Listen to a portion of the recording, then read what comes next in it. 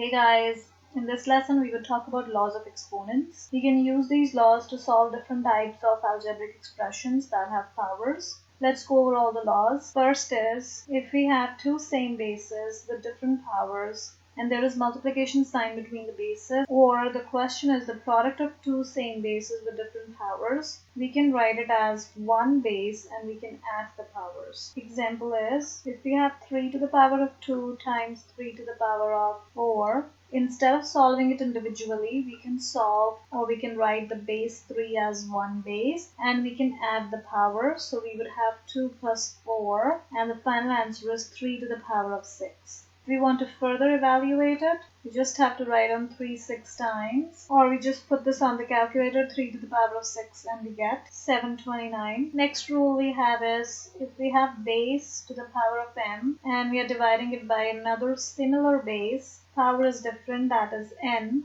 then we can subtract the powers. Example is 3 to the power of 2 divided by 3 to the power of 4. We would subtract the powers. It's always first minus the second, and we get 3 to the power of -2. Law number 3 is, if we have a base and we have multiple powers on the same base, we can write it as the product of the different bases. It could be 1, 2, 3, 4, many bases. We just have to multiply. It could be more than one power. We just have to multiply all the powers. Example is, if we have 2 to the power of 3 and there is another power 4 and there is another power 3, we can write it as 2 to the power of 3 times 4 times 3.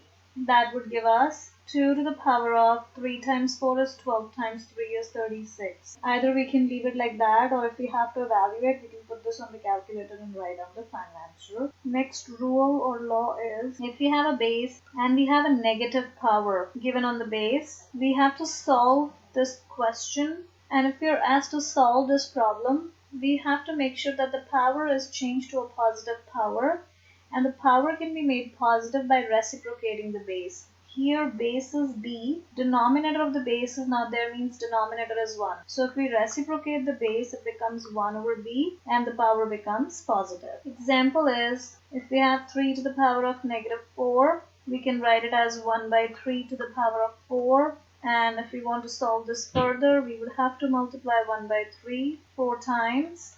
This gives us 1 over 81. If let's say our base is a fraction by itself, so if we have 2 over 5 to the power of -1, we can again do the same thing. We can reciprocate the base. It becomes 5 over 2 to the power of 1. And the final answer is 5 over 2. Next is, if we have base to the power of 0, any number raised to the power of 0 is 1. So example would be 3 to the power of 0, and that would be equal to 1. We can apply these rules individually or together, depending upon what is the demand of the question. In the next lesson, we will do different questions that requires the application of these rules.